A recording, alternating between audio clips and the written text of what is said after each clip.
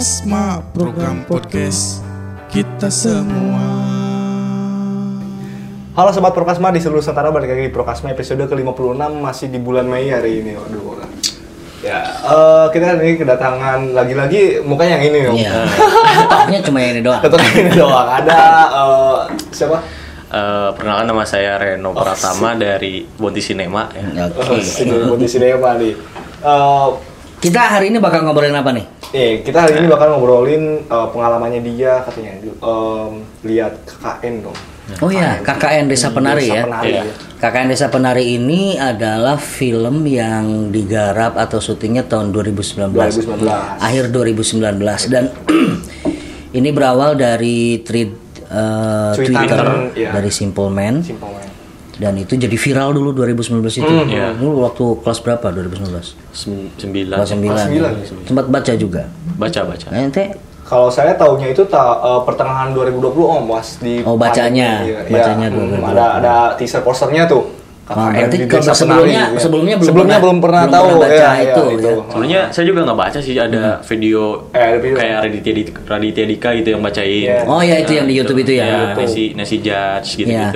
Kalau saya memang baca dari mulai awal, tweetnya dari mulai awal sampai emang keren banget gitu, sampai saya nggak berani baca kalau malam-malam. Kalau malam itu suasananya udah jadi merinding. Suasananya kerasa banget gitu. Kayak mengundang gitu ya. Iya, kayak mengundang gitu. Dan pada saat itu cerita-cerita mistis, cerita-cerita horor emang lagi banyak dibuat di Twitter gitu. Dan salah satu yang viral itu yang punya Simple Man. Dan menurut saya ceritanya memang apa ya, dia mampu menarik kita masuk ke dalam cerita. Bahkan ada dua versi, ada versi Nur dan ada versi Widya gitu kan.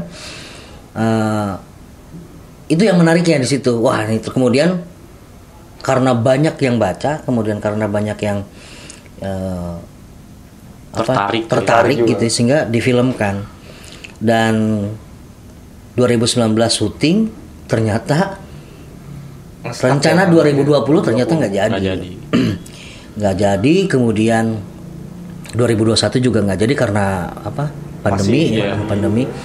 2002 juga itu di pending. Iya. Awalnya Februari kalau nggak salah ya. Harusnya. Nah, kemudian di pending lagi sampai 30 April. Iya. Gitu. Dan uniknya lagi film ini banyak yang membuat visualisasinya. Coba lihat di YouTube. Iya, di TikTok pun banyak ya. Kalau TikTok kan sebentar ya. Ini memang ada yang bikin ini. Niat banget KKN Desa Penari unofficial. Ya. Itu dalam bentuk film gitu. Dalam bentuk film, dan menurut saya keren gitu. Niat banget. KKN film apa? KKN Desa Penari. Nah, saya dapat beberapa ini. Dulu itu ada banyak banget. Jadi semacam cover gitu ya. Semacam covering kayak gitu. Kemudian jadi bersama dengan viralnya itu banyak YouTuber yang membuat konten-konten tentang KKN, terutama penelusuran desanya. Penelusuran desa KKN-nya gitu ya. Ada kemarin saya dapetin satu itu, dan saya sempat nonton. Niat banget gitu. Ya kayak kita lah, Bonti Cinema bikin film, Reva bikin film. Ini berdasarkan naskah KKN. Dan itu filmnya panjang gitu. Panjang. Film panjang. Aduh, harus nyari lagi nih. Ya, pokoknya gitu deh, banyak deh. Unofficial tuh. Ya, pakai lembaga sensor segala bla bla bla bla bla 51 menit di sini. Iya. Ya. Ini dia ada di Lukman Official. Mereka niat banget bikinnya. Karena mungkin pada saat itu kepenasaran karena filmnya nggak jadi rilis gitu ya. Nggak rilis, gua juga bisa bikin ya. Gitu. Ini jadi menarik itu di sini. Ya, satu cerita mistis jadi viral, kemudian ditunggu oleh banyak orang, bahkan orang banyak bikin covernya, bukan cover siapa namanya, visualisasinya, filmnya lah kalau saya betul. Saya bilang filmnya karena keingintahuannya Kepenasarannya penasaran ya. Penasaran. Kemudian juga banyak konten-konten YouTube yang mengangkat desa penari, terutama penelusuran desanya di mana gitu. Karena di cerita aslinya kan itu disembunyikan. Bahkan di filmnya juga disembunyikan. Gitu. Dulu sebelum film rilis ya, itu banyak konten-konten kreator, banyak YouTuber untuk melakukan pelacakan desa, di mana desanya gitu. Ada yang dapat di desa ini, dapat di sini, tapi wallahu alam kita belum tahu benar-benar di desa apa. Tapi kejadian ini menurut Simple Man adalah kisah nyata. Karena ada dari 2 narasumber yang dia dapatkan kayak gitu. Nah, itu sekelumit tentang dibalik ya cerita tentang KKN Desa Penari. Sekarang kita lanjut nih ke, saya sendiri sudah nonton sebetulnya ya, nonton di Alam Gaib Zoom. Beda universe gitu. Beda universe ya. Saya nonton di universe lain gitu. Nah, saya pengen denger juga nih reviewnya. Asik. KKN Desa Penari di universe-nya asli kalian, Reno gitu ya. Gitu. Menurut kamu kan udah baca cerita juga kan? Udah cerita juga. Nanti coba compare kita perbandingan menurut saya dan menurut kamu. Gitu. Gimana? Kalau menurut kamu gimana? Pertama dari segi cerita dulu ya. Di film itu tuh ceritanya kayak terlalu fokus ke terlalu ingin merepresentasikan treatnya gitu. Jadi semua yang ada di treat itu kayaknya per kalimat ada visualisasinya gitu. Nah, cocok. Iya. Jadi entah itu kalau menurut sebagian orang ada yang mikir bahwa itu bagus, ada yang mikir itu jelek, tapi menurut saya kayak bisa dipersingkat lagi gitu loh. Awalnya itu 1 jam pertama saya nonton kayak monoton. Iya, kayak lambat banget temponya gitu. Tempo untuk perpindahan ke puncak masalahnya. Nah, jadi biar nggak kalau menurut saya lebih bagus kalau 1 jam pertamanya itu dibikin lebih singkat lagi gitu. Jadi nggak harus terlalu mengikuti si cerita tersebut. Nah, terus film ini sukses dalam memvisualisasikan pikiran pembaca gitu, imajinasi pembaca. Dari segi artistiknya itu bagus banget, desanya juga sesuai dengan imajinasi pembaca. Iya. Dan memenuhi ekspektasi gitu kalau secara visual ya.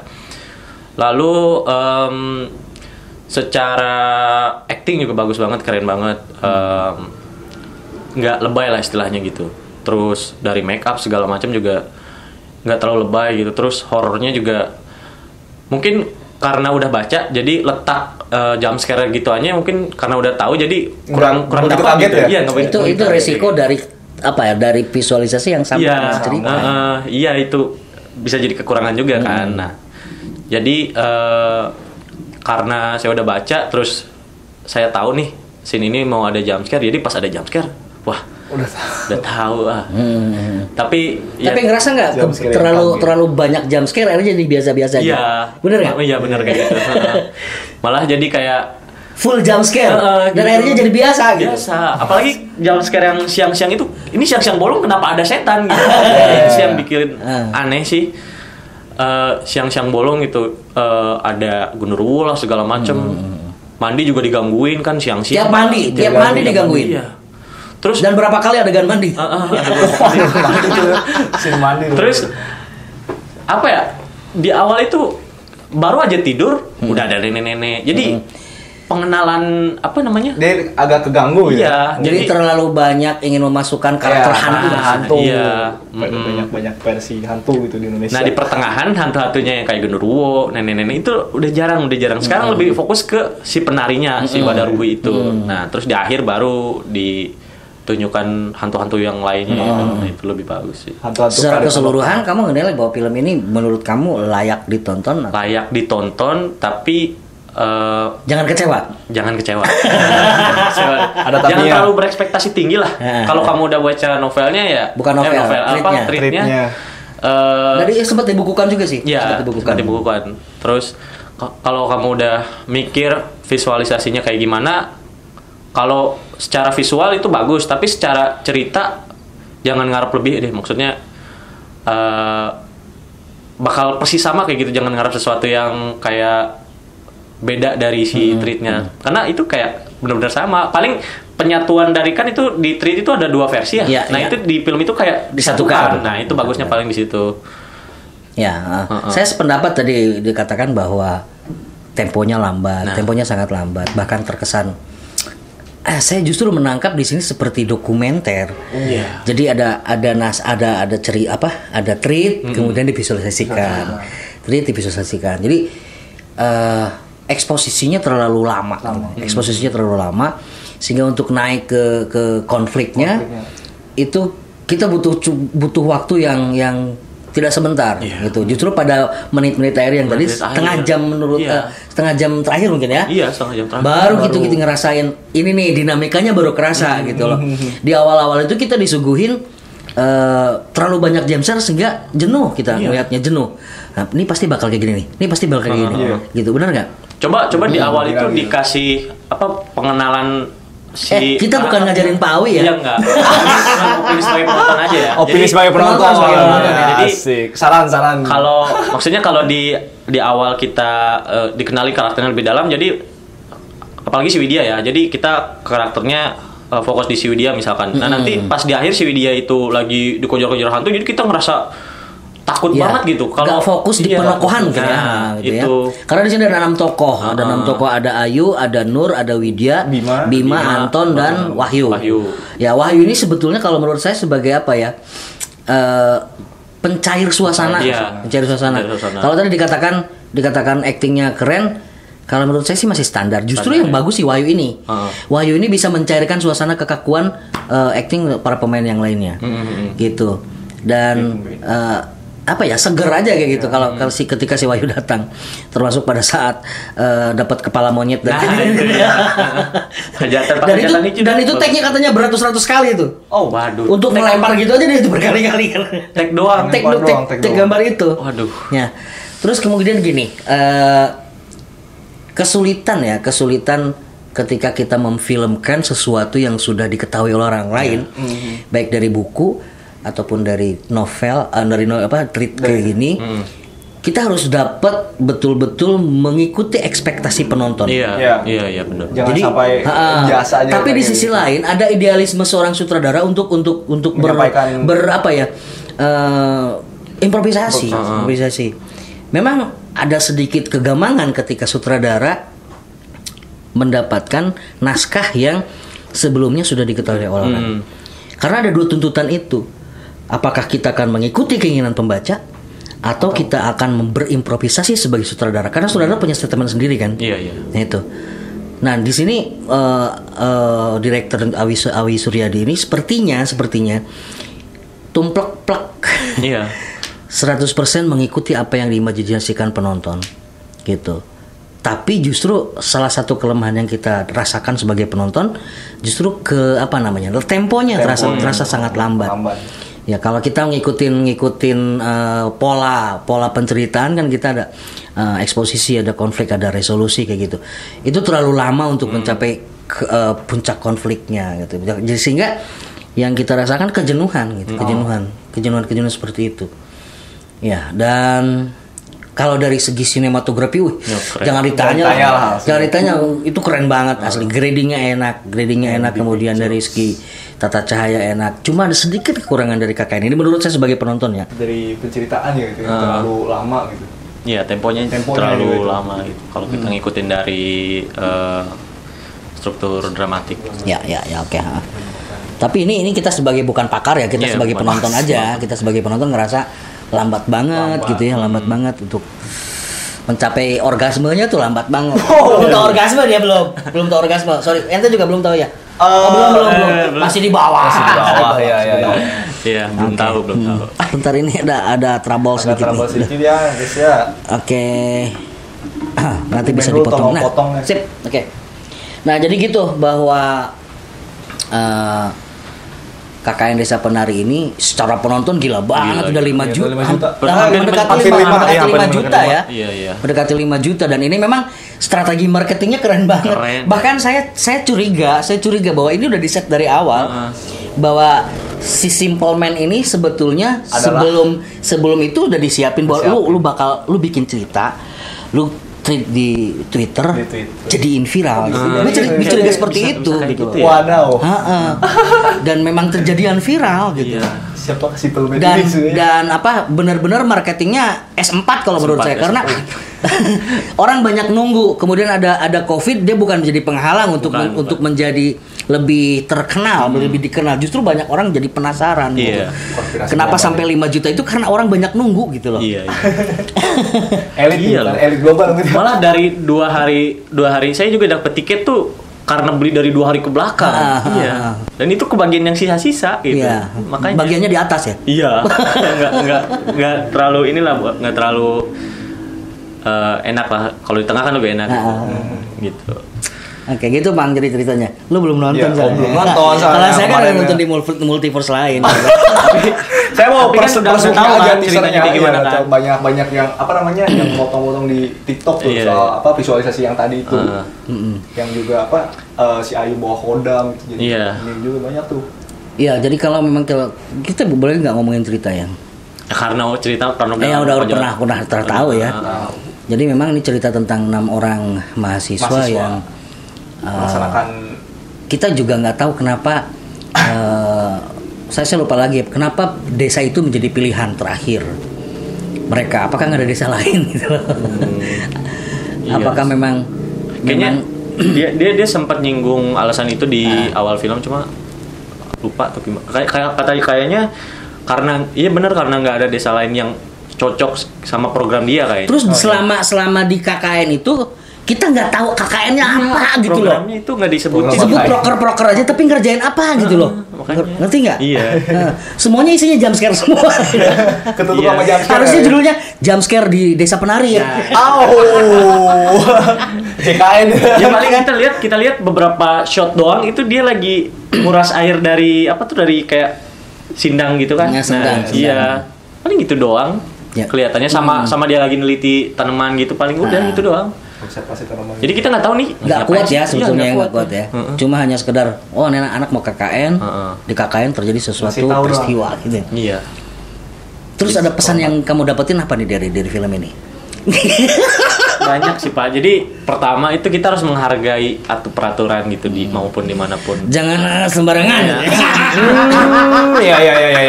Apa coba? Sembarangan. Apa coba? Ya maksudnya itu jorok lah itu. Nih di bawah umur tapi nonton yang angkat. Yang angkat Pak. Yang angkat dengan yang biasa tuh sebetulnya bedanya cuma satu. Itu doang yang nggak ada adegan itunya doang. Jadi kalau nonton yang angkat kayaknya berasa rugi gitu. 40.000. Oh yes. 15 menit ya lumayan kan? Ya udah nonton yang angkat. 8 menit lah. Bedanya selisihnya cuma 8 menit. Iya sih. Antara angkat dengan yang itu. Lumayan sih. Lumayan. Cuma kan nggak terlalu vulgar. Ya cuman gitu doang. Iya. Tapi itu scene-nya serem tuh yang waktu terakhir gitu yang ada ular itu. Terus kepikiran mereka gituan di tempat kayak gitu ya. Oh iya. Kenapa penasaran itu si Bima tuh kenapa masuk ke situ ya? Karena katanya ada panggilan gitu kan. Tapi iya ya, kenapa tiba-tiba masuk ke situ ya? Iya, kenapa di situ? Kenapa di situ? Kenapa gitu loh? Terus itu si hantu, si Badarawih, gituannya di sini aja. Iya. Sama yang penasaran yang masih jadi misteri itu ada kayak lumayan plot hole ya. Soalnya yang di kamar itu dia lagi ngapain gitu. Di kamar kan ada suara gitunya juga kan. Apakah terus yang ada ular di lemarinya juga, apakah itu dia si Bimanya sama ular dulu gitu aja? Ya. Apa udah sama Ayu di situ? Ya berarti banyak plot hole juga di situ, banyak plot hole ya. Yang nggak tahu. Tapi ketika dicerita kita nggak sempat berpikir ke arah sana. Justru yang cerita si Nur Nari ternyata di dunia imajinasinya si Widya itu kan itu ditulisan keren banget gitu ya. Tapi di film kayak biasa aja gitu. Malah jadi mungkin harus belajar dari Christopher Nolan mungkin. Christopher Nolan. Iya. Ini ya apa namanya? Apa ya nama istilahnya itu? Flat. Bukan. Apa nama istilahnya itu? Paradoks. Balik lagi. Iya. Kayak tangange. Itu tuh sebenarnya jadi yang di awal-awal itu nunjukin setan-setan banyak itu ternyata cuman buat tujuannya cuman ngasih tahu kalau si Nur itu bawa ini, bawa banyak kodam itu doang tujuannya. Kayak gitu. Jadi kayaknya nggak terlalu ini ya. Kalau dipersikat lebih bagus kayaknya kalau di scene. Terus gini, harusnya sih kalau menurut saya sebagai penonton nggak fokus di satu tokoh. Iya. Jadi kalau mau tokohnya tokoh Nur, fokuslah di situ, angkat karakternya diperkuat di situ, sehingga yang lain. Tapi di sini justru saling ya nggak fokus aja, jadi fokusnya jadi saling mendominasi gitu ya. Nur, Widya, Bima, gitu. Ayu nggak ya? Ayu nggak yang di awal doang, paling dia mimpin ya, mendominasinya. Gitu. Jadi di 3 karakter tokoh ini yang menjadi mana sih sebetulnya karakter utamanya gitu kan, bener nggak? Iya. Itu. Kita di awal nunjukin kayak ke bawah si Nur yang ini yang jadi tokoh utama, tapi di pertengahan si Widya nih kayaknya. Terus di akhir ini si Widya yang jadi pusat. Iya. Jadinya kita bingung siapa sih sebenarnya. Tapi ketika di treat itu kita nggak ngerasa loh. Kita justru di awal itu ke Nur ya. Iya. Nur itu full ceritanya, bahwa saya yakin bahwa ini ceritanya bakal ceritain Nur tuh sampai kemudian itu kan kayak kata kamu tadi, ini penggabungan antara versi Nur dengan versi Widya. Sehingga saling beradu karakternya. Ya, apakah Khodam itu ada? Menurut kacamata yang saya pakai, ya, bahwa manusia itu didampingi Khodam yang namanya Qorin. Qorin. Yang konon menurut cerita bahwa ketika kita lahir itu ada ari-ari, ada ketuban, ada satunya dua-duanya lagi, ada empat faktor yang harus dikuburkan, ya, dan itu akan menjadi papat kalima pancer. Apa itu, Pak? Papat adalah saudara kembaran kita, pancernya adalah diri kita sendiri. Kiri kanan depan belakang kita sudah itu kan ada Khodam, ada Qorinnya, yang sifat karakternya, perwujudannya sama dengan kita. Sehingga tidak aneh kalau misalkan ada orang setelah meninggal, kerepeting kurang kepanggih jeung almarhum. Dan bukan orangnya, bukan rohnya, tapi Qorinnya gitu. Itu Qorinnya. Yang menyerupai gitu ya. Yang menyerupai, dan memang itu seperti itu gitu loh. Seperti itu. Nah, Qorin antara jin dan manusia itu kan usianya lebih lama jin. Lebih lama jin, dan perbandingannya 1:1000.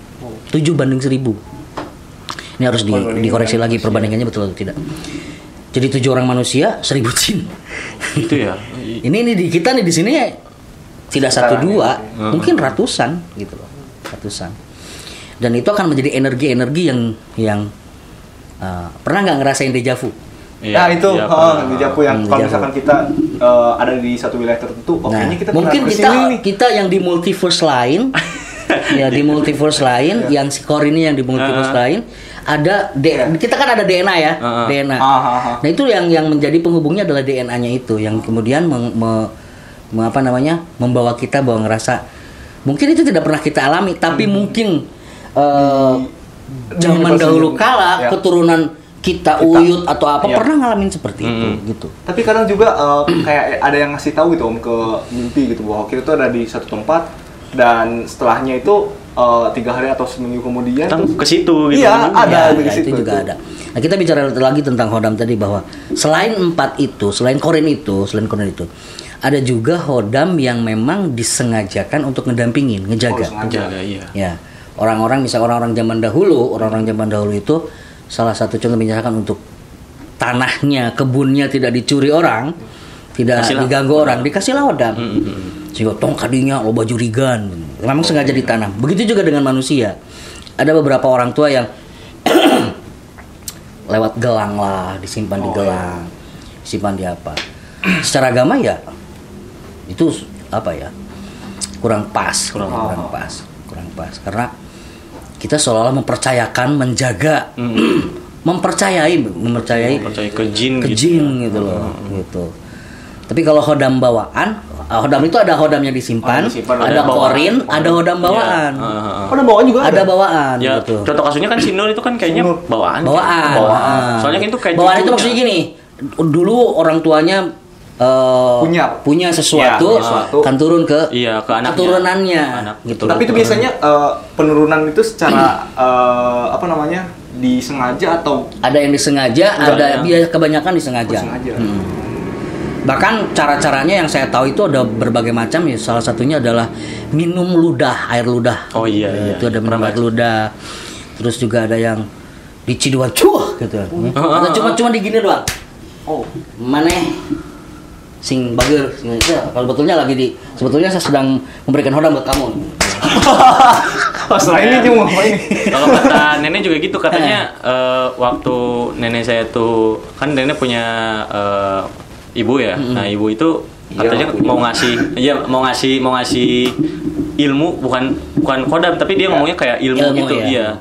Katanya harus diciduhin dulu ke mulut katanya. Nah, itu ngangah mana cuh gitu kayak gitu katanya. Itu sih kayaknya. Ada yang harus mencium kaki, mencuci kaki dan diminum airnya. Itu. Ada juga yang mediumnya seperti itu. Jadi kita sebetulnya didampingi hodam semua. Semua orang didampingi hodam. Selain korin. Mungkin kamu juga ada turunan dari buyut kamu, tapi setelah saya lihat dari auranya sih nggak ada. netral nih lo kayaknya. Gampang diserang ya. Tapi asli lah ini mah asli lah. Oli aja. Tapi orang-orang yang kayak gimana sih Om yang bisa ditransfer atau sembarang orang gitu? Gimana maksudnya? Bisa memiliki hodam.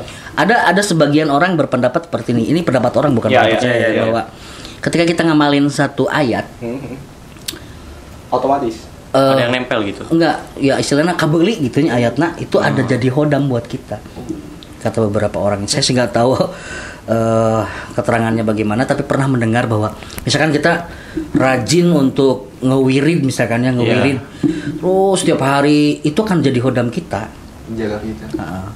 Bukan mungkin dalam arti kata dada petik ya, jangan diartikan secara harfiah. Bukan tiba-tiba menjelma jadi hodam, tidak. Tapi mungkin si hodam karena senang jadi dia akan mendekati. Kan gini, mereka itu senang ketika orang berpikiran A gitu. Dia akan ngikutin A. Misalkan gini, ini adalah peninggalan Sunan Gunung Jati. Gitu ya. Maka hodam, bukan saya bilang hodam, jin. Iya. Jin yang ngomong, manusia udah percaya nih bahwa korek adalah peninggalan Sunan Gunung Jati. Aku jadi Sunan Gunung Jati. Kan gitu. Iya. Itu seperti itu. Ya, jadi kita juga harus hati-hati. Makanya kita tidak perlu percaya kepada jin karena sebaik-baiknya jin itu sama dengan paling jahatnya manusia. Paling ya. Paling usil. Gitu ngeliatin. Ini teh peninggalan Sunan Gunung Jati. Didengerin tuh sama jin tuh. Dia udah percaya nih. Dia kan bisa mencala putri menjelma gitu ya. Menjelma apa? Terus tiba-tiba dia coba orang pindah kencing, kekuatannya ke dia. Bus. Asup ke dia. Kaulah Sunan Gunung Jati. Bisa. Atau misalkan lewat mimpi misalkan. Iya itu. Itu juga dia ngeganggu lewat mimpi juga.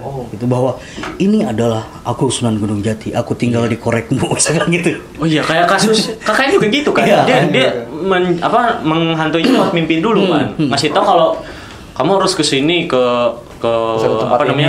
Sindang itu kan, ke Sindang. Terus disuruh ngambil gelang kan, baru disuruh ke si Widyain. Nah, itu kan bisa kayak gitu juga Ji. Iya, bisa gitu.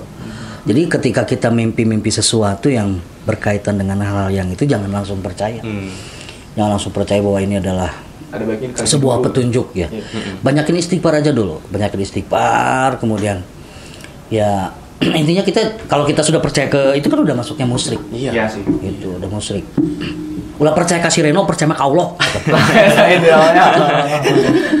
Nah, kalau di konteks KKN nih, kalau si Nur kan dia kayak kok bilangnya kayak cucu aku. Apakah itu kodam itu juga bisa misalkan berpindah gitu. Jadi nenek kita nih bisa ngejaga kita gitu. Sama aja. Bisa. Apakah itu korin neneknya? Korin neneknya. Itu kan korin bawaan. gitu. Kita akan bisa ngerasain gini, pernah nggak ngerasa misalkan kita berhadapan dengan seseorang, auranya beda. Nah itu iya. cara ngebedain auranya itu gimana? Berarti perasaan. Kayak biasanya auranya kayak sikap mungkin ya? Iya. Dari sikap. Sikap, ada rasa hawa beda. Mungkin hangat, atau mungkin tiba-tiba dingin gitu kan, atau mungkin tiba-tiba heng gitu kan. Barusan. Ada perbedaannya juga antara dingin, panas. Ada perbedaannya. Ya, sekarang di sini kan panas ya. Emang karena emang nggak ada hawa di sini. Masuk akal itu. Bukan karena banyak jin, karena nggak ada hawa. Ke rumah udut dong. Aduh, jadi dari apa namanya, perbedaan hawa juga kita juga bisa merasakan antara orang yang pernah gini nggak? Gitu ya? Kamu apa namanya, ngobrol sama saya. Pernah nggak suatu saat kamu misalkan nggak berani natap mata saya?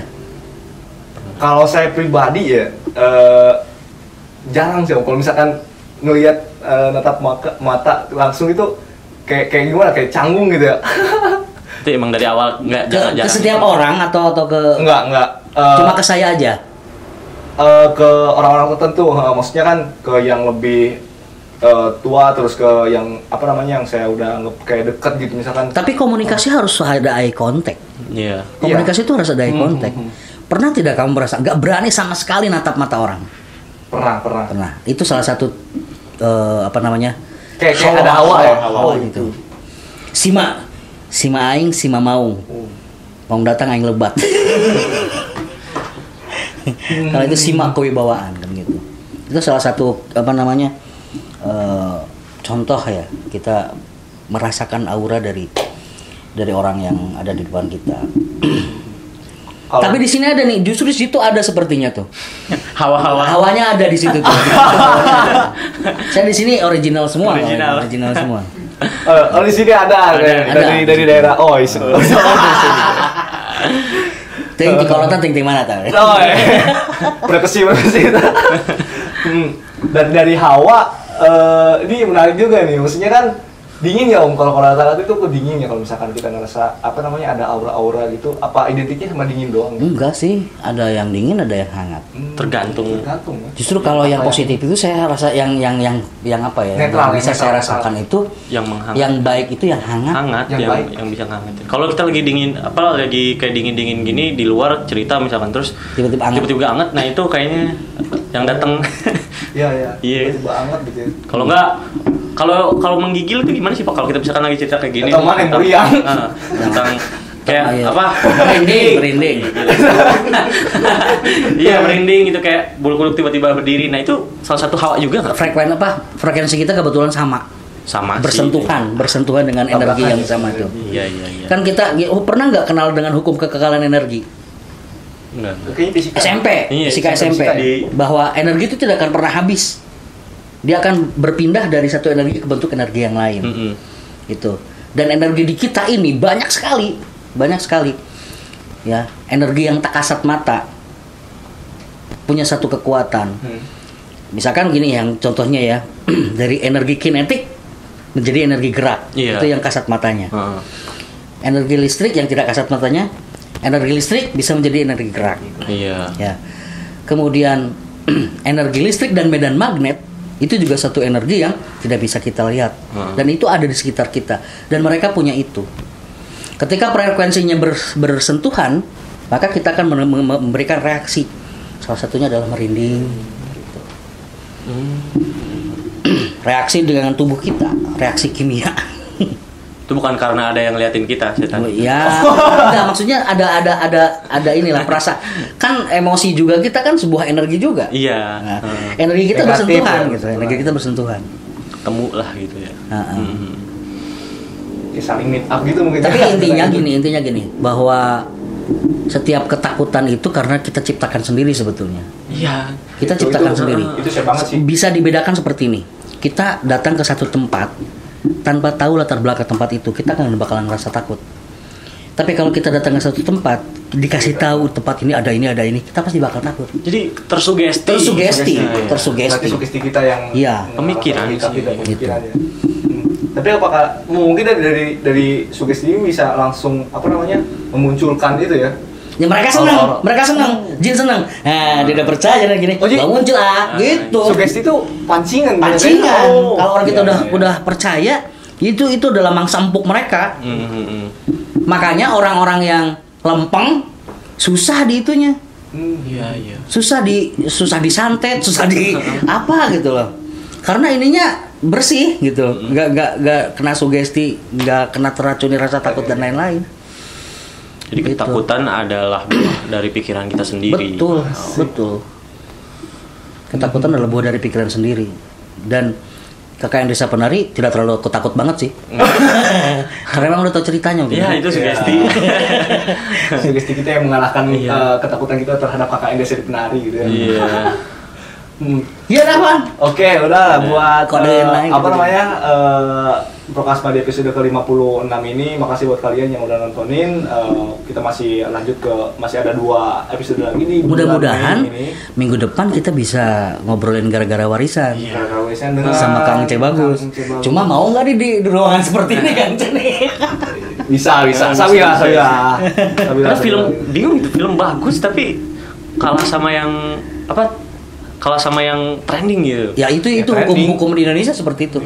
Mana ada film festival yang penontonnya banyak, sok. Oh iya sih. Iya. Ya kan? Selera plus 62 seperti itu. Yang viral yang esek-esek. Iya. Jakarta versus Everybody juga nggak terlalu banyak nontonnya. Tapi kan ada esek-esek jadi nambah mungkin. Ya mungkin. Gitu. Yaudah, Bang. Oke, saya ulangi lagi. Ya, jadi itu ya pembahasan kita hari ini tentang review KKN di Desa Penari gitu. Kita masih Jumpscare di Desa Penari. Jumpscare di Desa Penari. JKN ini bukan KKN lagi ini. Ya, makasih buat kalian yang udah nontonin Prokasma di episode ke-56 dan masih ada 2 episode lagi di bulan Mei ini. Oke. Dadah.